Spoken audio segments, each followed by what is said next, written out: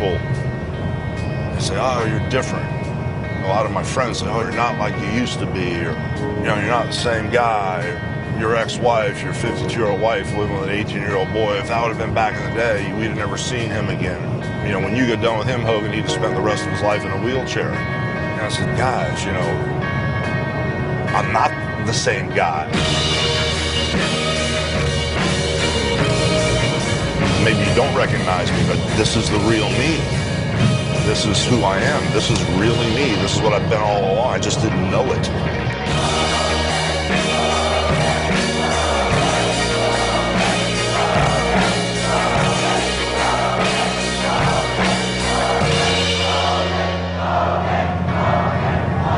I just didn't understand why I was here. I didn't understand why I was put on this earth, you know, but I know now. So that guy you knew before, that wasn't me. This is the real me.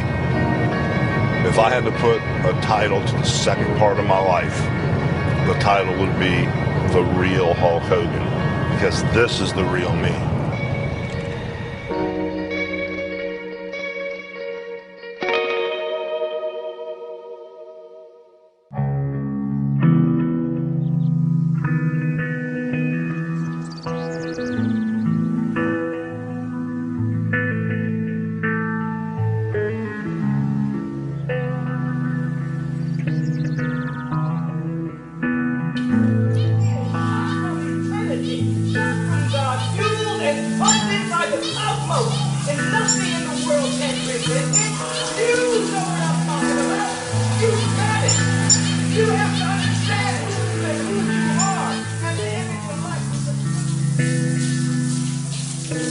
Everything was a fight for me.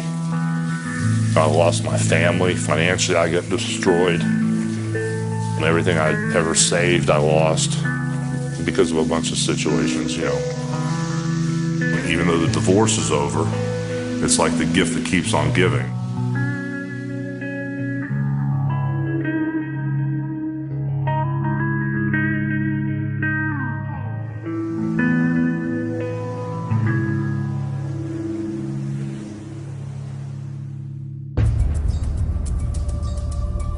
Mornings aren't what I would like to call normal. There's an agenda when I get up, you know, and it's usually based around lawyers.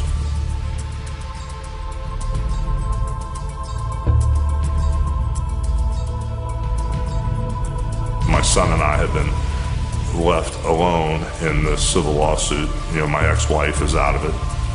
At my age, at 57 years old, if there's a huge judgment against me and my son for 10 or 20 or 30, 40, 50, 60 million dollars is what they originally started talking about, that pretty much will lock my future.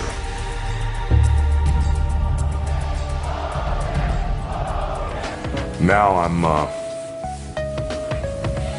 not a millionaire now, that's for sure.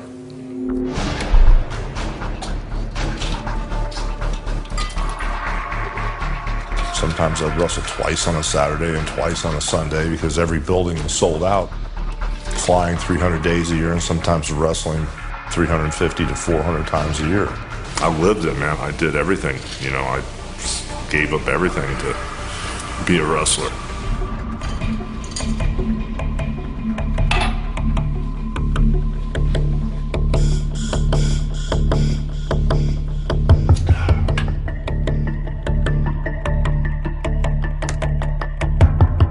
When people talk about wrestling being fake, I used to really have a problem with it. When somebody says fake and, you know, then 30 years later, you know, I can't run or I can't walk through the mall or I can't go through like a Universal or a Disney with my family or friends. I can't walk through the park and do that anymore. It kind of like makes the hair on my neck stand up because they don't understand, you know, what we've been through. I had several injuries, muscle tears, biceps torn, you know, all the holes in my arms that I never had fixed, and trap muscles torn away from my neck, and delt muscles, and just little beats along the way, which old school mentality didn't stop you from wrestling. Whatever it took to stay awake or go to sleep or keep going, and, you know, I did everything. You know, so I gave it all away and to get everything, and vice versa. So I did whatever it took.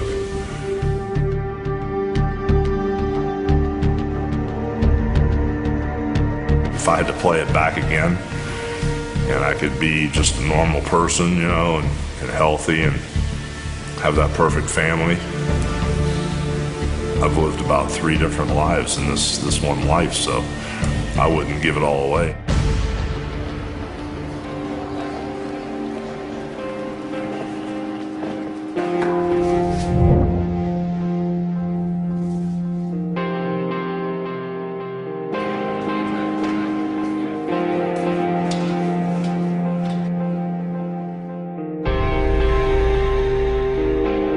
It's amazing that even though I've lost everything else, I still have wrestling.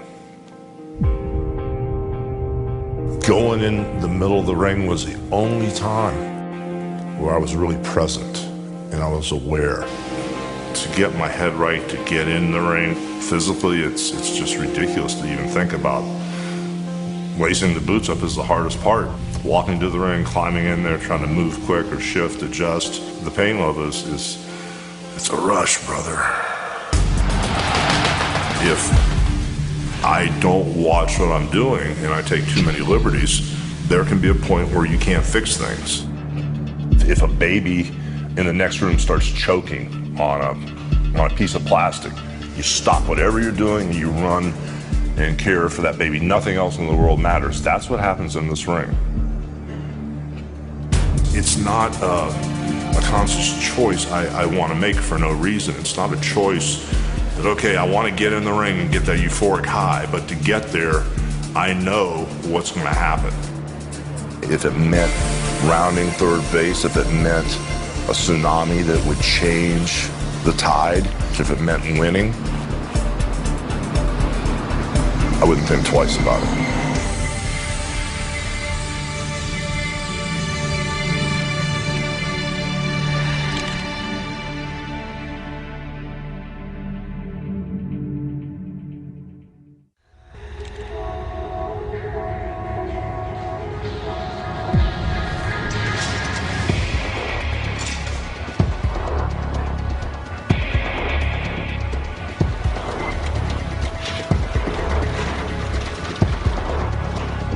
There was a whole period of time where I was someone that I didn't know.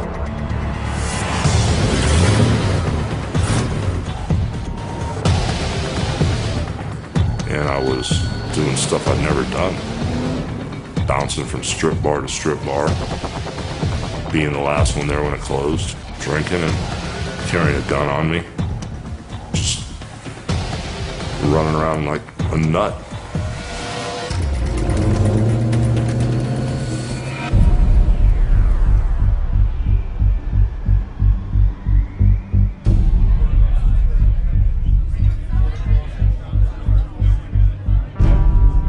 It just was a situation that things I did may not have happened if I would have had someone that, you know, actually touched me and actually said, I loved you.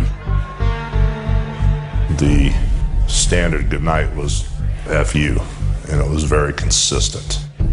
You walk by somebody who's standing there cooking breakfast and the normal instinct is to reach over and touch them. Hey, good morning, give them a little kiss.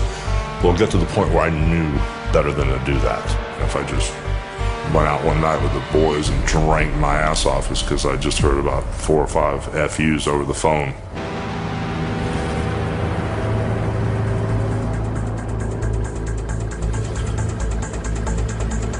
The outcome was supposed to be retired with my ex-wife Linda in Hawaii and just sitting on the beach drinking wine and throwing the empty beer cans at the kids when they walk by, the teenagers. Get out of my way, you know.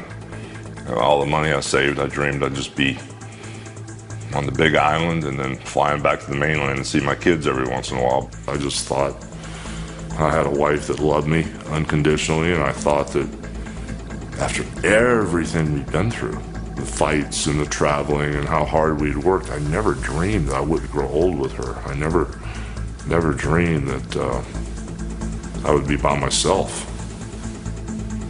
The Linda that I knew and I met was fun and, you know, was always the life of the party and Always the first one to get up and dance, always.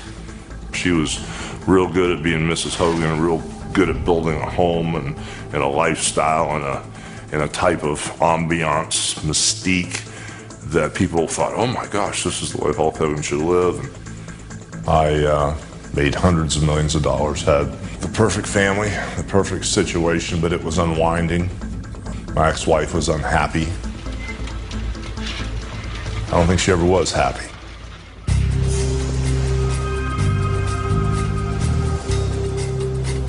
We put on a great front, you know. We had Band-Aids that would come along, such as $1 million checks that would show up in the mail.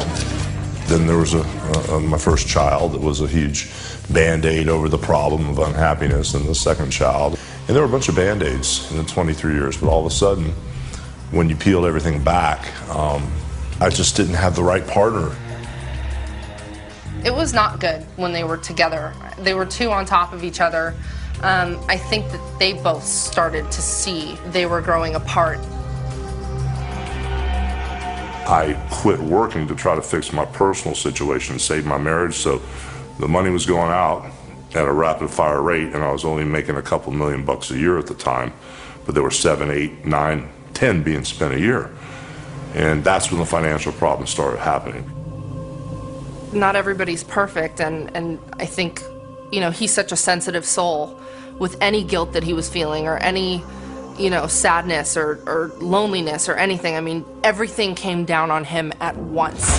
On to another developing story out of the Tampa Bay area this morning. Hulk Hogan's son, Nick, seriously injured in a car accident overnight. Came upon the accident.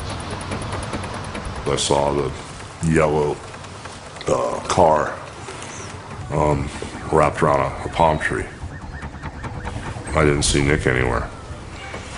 Started yelling and screaming for him. The back wheel of the car was bent up where his head should be. And I pushed past the cop. Actually had to be very aggressive with him. And I reached in and I pushed the seatbelt, and as everybody grabbed me, he just crawled out from under the steering wheel.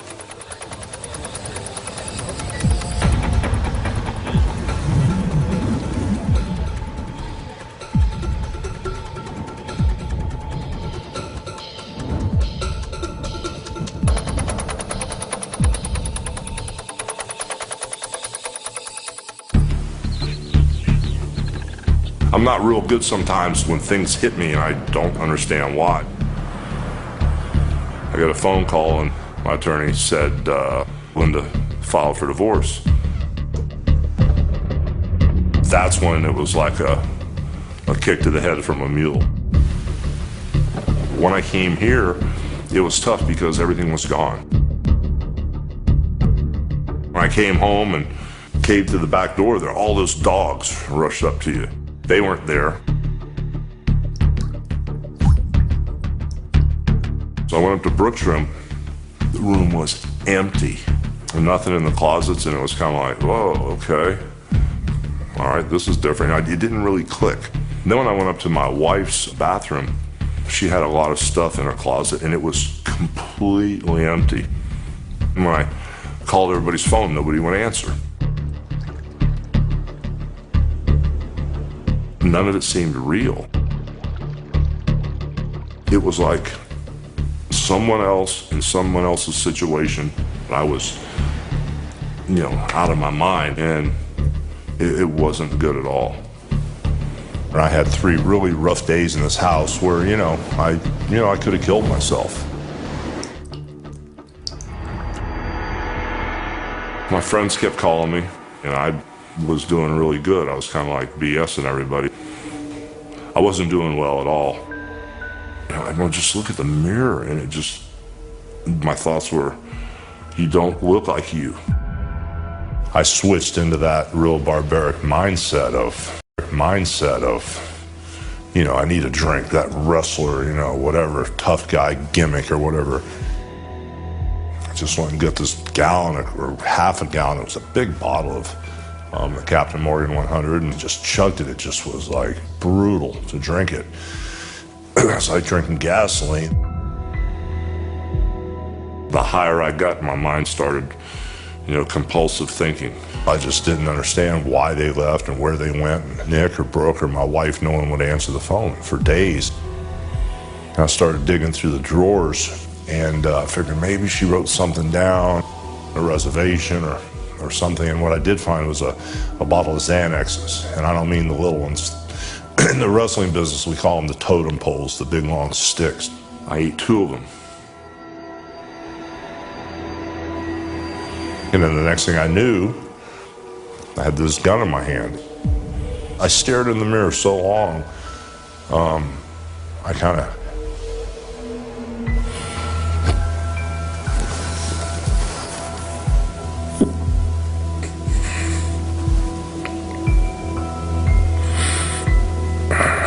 I stared in the mirror so long, I kind of hypnotized myself. I'd hit it on my face and look at it and hit my teeth with it. And it seemed like the more I played with it, I was in this trance. And it just went on for days. The trigger's real sensitive. So I just was thinking, man, this is the ticket, this is real easy.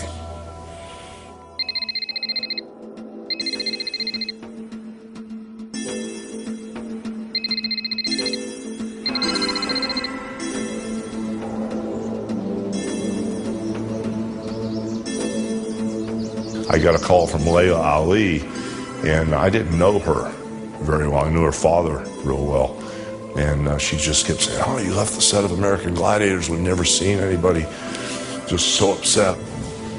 She kept saying, oh, we love you. And she kept saying that on the phone to me. And it clicked.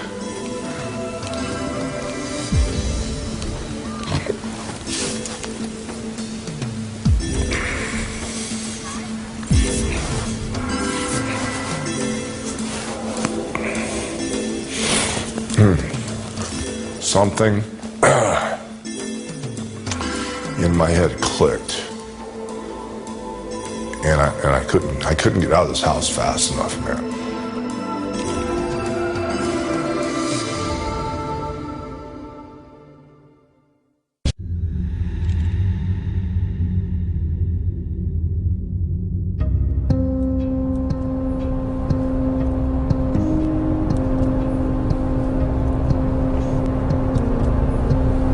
I was around so much negative stuff, and I was around so much evil stuff and so many bad things that I had 2 choices: to let it completely destroy me and kill me, which it does, or you snap out of it and you become sick and tired of being sick and tired. Hi, can I give you a hug? How you doing? Good to see you. Good to see you too. What's up, my brother? How you doing? Everything good, man? What's up? What's up, brother? Moving on.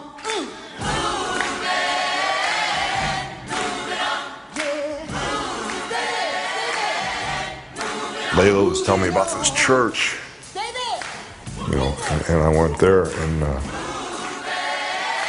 it pretty much changed everything. If I wasn't here right now, in the moment, walking in this light, walking in the Spirit of Christ, I would be dead or in jail.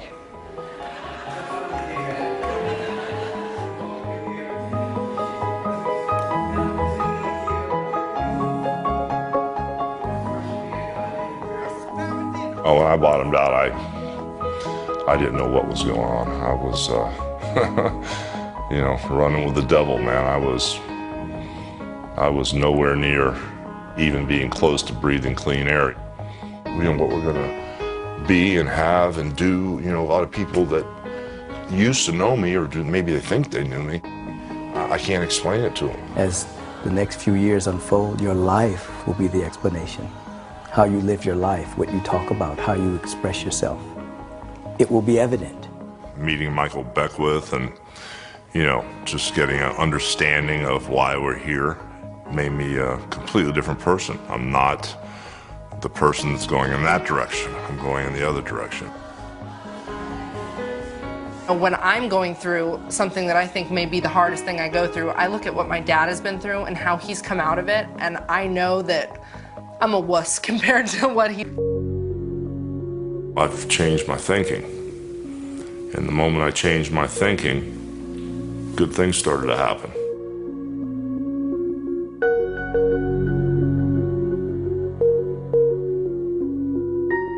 Jennifer is life after life for me.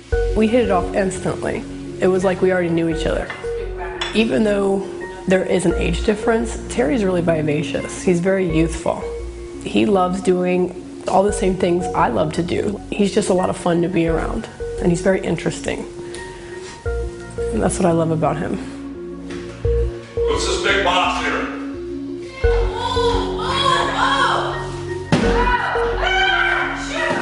I learn every day from watching her and her being real consistent.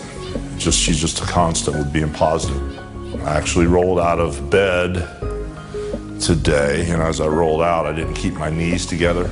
And I rolled out and I went, ah, and I dropped the F-bomb. She grabbed me, she goes, you don't start the day out like that. She goes, you start the day out by putting your feet on the ground saying thank you. We're each other's best friends. You know, we talk about everything, and we have courtesy for each other, and we never yell at each other. I had been my whole life around such a negative situation, you know, and the cussing and the screaming and the yelling, that one of the first things I did after meeting Jennifer was I went to both my kids and I apologized to my children. And I said, God, please forgive me. I'm so sorry for what you witnessed and what you experienced, the screaming, the yelling, the cussing. That's not normal. You guys can break the cycle. He just came in and gave me the biggest hug, and he's like, you know, no matter what has happened, no matter, you know, what's gone on, I want to explain to you why I messed up. I was in a different place in my mind. I was heartbroken myself. I was lost. I didn't know what I was doing. When he came to me and he told me that he was sorry and that, you know, I was his #1 girl, I was happy.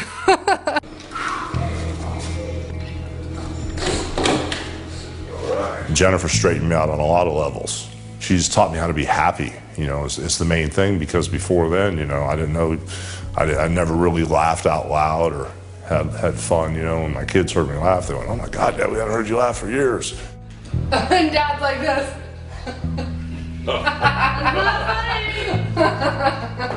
Dad. He wakes up and he's happy, and there's a million terrible things going on, but he's happy, and he's you know, the most important thing to him is giving me a hug in the morning and, you know, petting the dogs and feeding the squirrels outside. I mean, it's like watching a brand new baby. That transition saved my life. It really did, because I changed my thinking. The moment you change your thinking, you can start attracting different things into your life. And I'm happy that I've got a job, and I'm happy that I'm going to do what I love.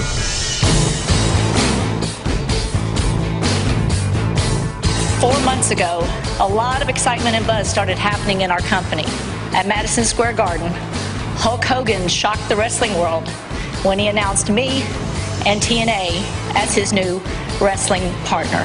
This is me, some shape, form, or another, the involvement, the vibe, man. This is back on track for me. You know, there's a lot that I have to go through to get here, but I'm here in the beginning stage. The first time we talked on the phone after he had made those changes, it was so evident to me, you know, that I was talking to a very different person. When Dixie talked to me, I took a good look at the product, and I went, you know what, man, you guys are doing a lot of things right. And then the more I watched and the more I talked to Dixie, it all made sense that this is where I should be. This is the logical extension of what I should be doing. This is the future, not only of me, but of wrestling. I don't think he realized what kind of impact this opportunity would have on him. He's seeing how he can contribute on so many levels that he's not been allowed to in the past. When I worked at different companies, like with Ted Turner and with Vince McMahon, I never enjoyed going to work. It was a labor, and it wasn't a labor of love. Here, I'm driving, coming to work, and I'm excited about getting here. Good morning. Good morning, how are you? There is a part of this that's new. It's hard to give Hulk Hogan anything that's new.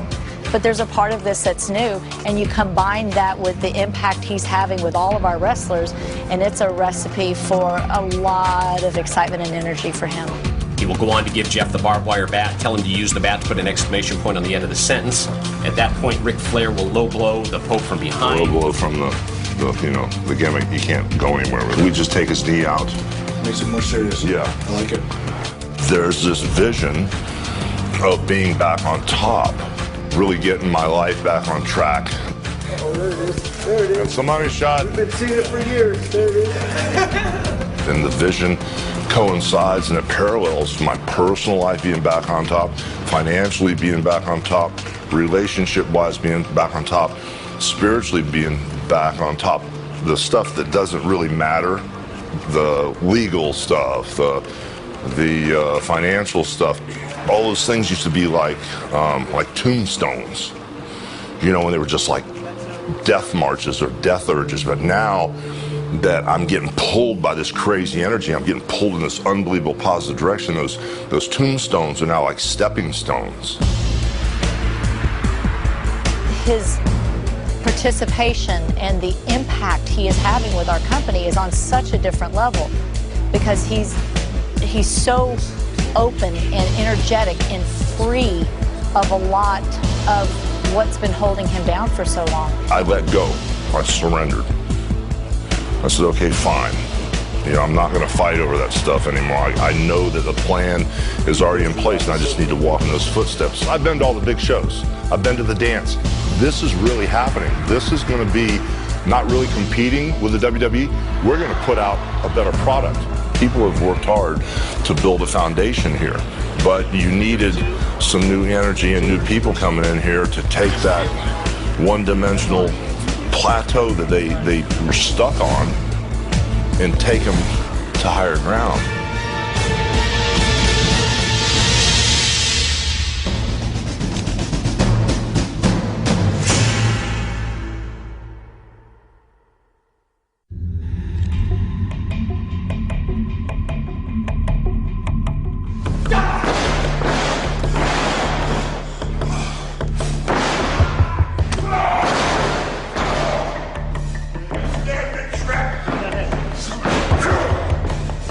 I can't hit the ropes, I can't run, I can't take bumps, so, you know, I live vicariously through the boys, you know. What's up, big dog? What's up, brother? You guys good? Very good, man. Young and healthy, man. Damn. You know, I still get a rush. Every time I touch the ring, I get goosebumps. You know, this is my lady here, man. This is what turns me on. You know, I do miss the rumble part. The stuff looks great. You guys look great in there, but even like the head scissors, instead of just laying on your elbow, hit that leg, you know, like I was watching the girls last night. But take your time, because all that stuff looks so good. The majority of the time when I come back from the ring, I need something fixed.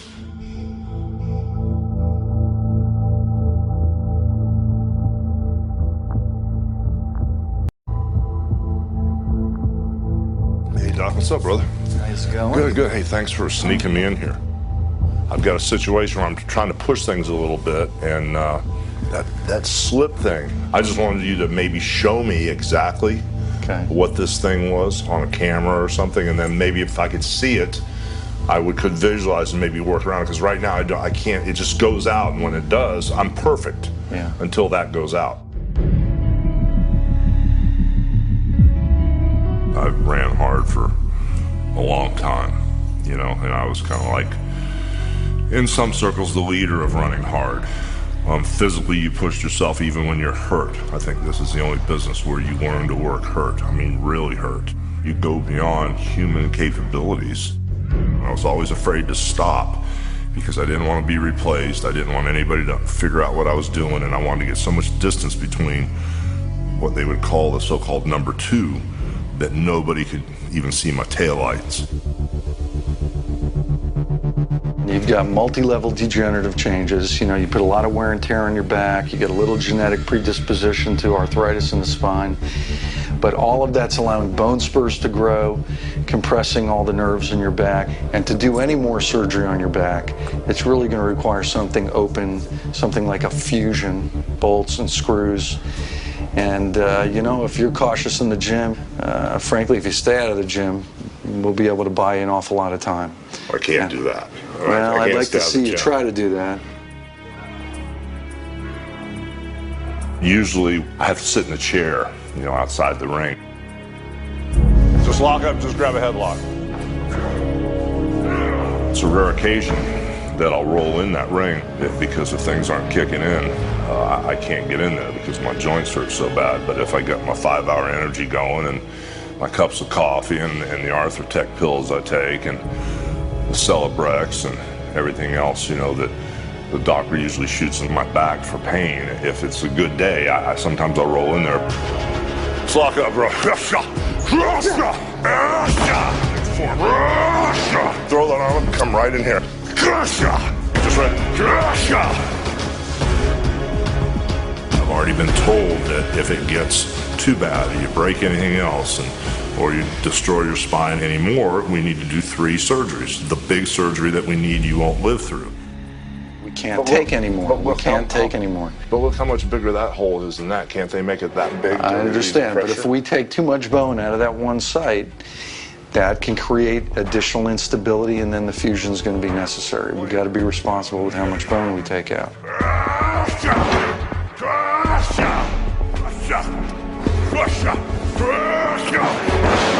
You know, my situation's intense, and I got to get back and make a living. If I can keep my job and keep my position, I can prove that I know what I'm doing, and it'll be a job that I can keep, you know, for a long time and get back on my feet. So I need to get in the ring one more time. I was dazed. I was overwhelmed. I was attracted to the light. It was just like a huge fireworks that were constantly blowing in my face, and I was just kind of like hypnotized into keep going. It was so intense. When I think about, you know, Star Trekking myself in the middle of the ring and that rush and that energy and that vibe, and it's like floating in air, it's like being in heaven, it's the ultimate euphoria. Sometimes I space out, picture myself, and I go, oh, wait a minute. No, I can't do that anymore. See, I don't think you understand. I just need to get through this one thing, and I got a feeling that if I don't get some type of relief, if this guy knocks me down or slams me or he throws me outside on the concrete floor, I'm not going to be able to get up unless I can't, you know, unless I feel, you know, strong and comfortable. And if you say my back is already too compromised, well, then what am I going to do for a living? There's a reason you're here, because you guys are nuts, of course, and it's in your blood, man, so it's really cool to see it. I just keep doing it, man. Thanks for letting me come down and hang out, because this is my life. This is something that's been a part of me for so long, and I tried to ignore it, tried to put it in a second position, but none of that stuff worked. When the bell rings and it's go time, you forget the lawsuits. You forget that your ex-wife took every single dime that you have. You forget that sometimes your kids won't talk to you on the phone. You forget any problem or anything good in your life, and you're just there.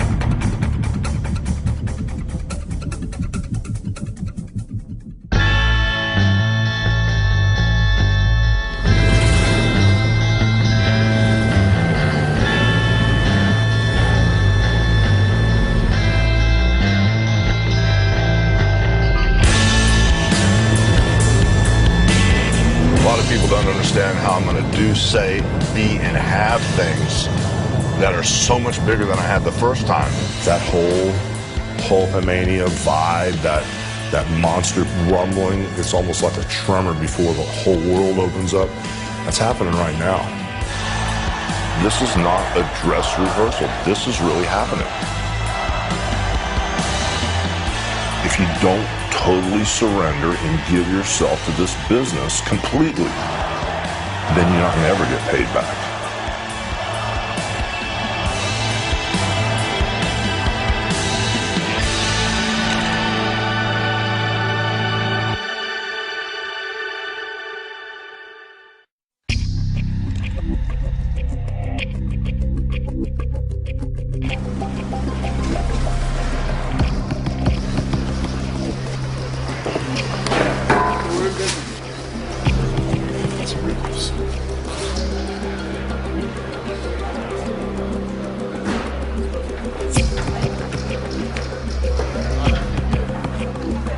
Before I was Hulk Hogan, I knew what it was like to be normal.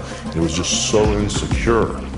You know, I was trying to figure out what to do and how to make a living, and if I could just get a real job. Game on, boys.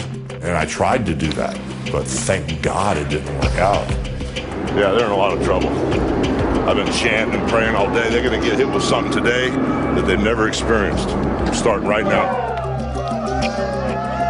I'm going to be the greatest of what I am yet to be, and a better person, and a better father, and a better wrestler, and a better businessman. It's really happening. It's like I keep telling everybody, it's all right already. This is going to happen.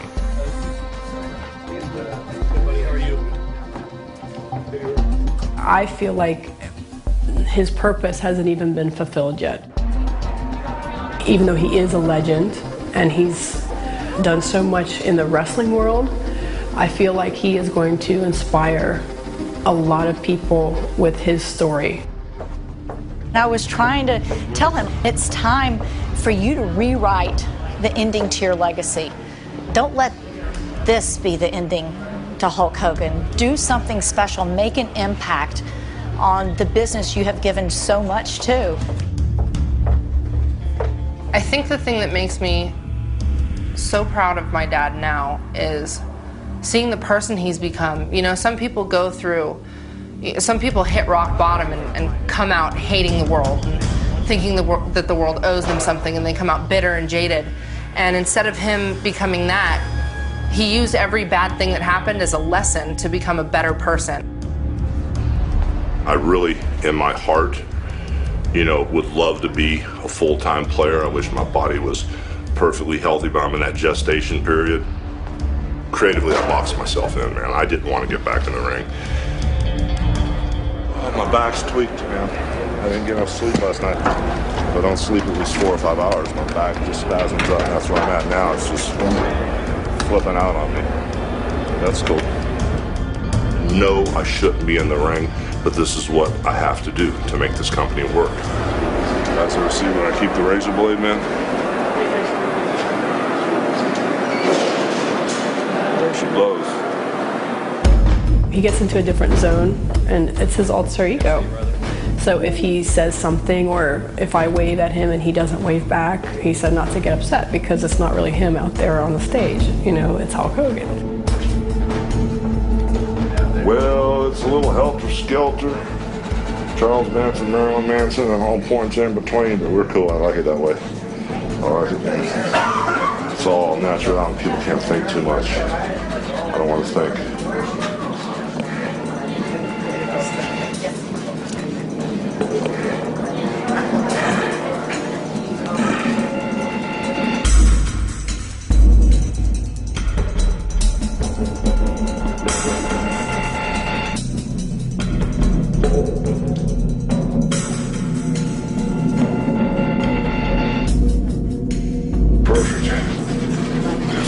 Big brother upstairs, he said everything's perfect, man. Everything's exactly how it should be. All right, we're good. Tonight's a rebirth, man. Tonight is, you know, wherever this company's going, I've already been. But it's not about that. I know the steps to get there. It's about getting there, and then all of us discovering, you know, this uncharted territory, this sacred ground. Tonight, everybody, including my daughter and everybody out there, is just really worried about me wrestling. Put a wrestling ring in front of him. It's like putting candy in front of a baby. You know, it's kind of hard to keep him out of it. I think that he can do anything, but he should watch out for his back.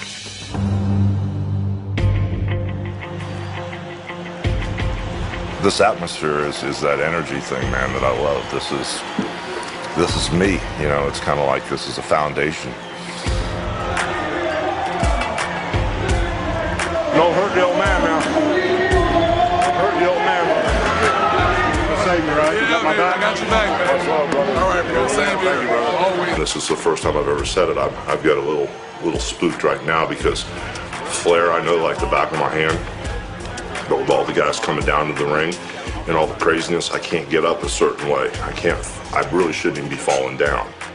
We're gonna learn on the run tonight. This is gonna be an education for everybody. Do it, Big Daddy. Hey, brother.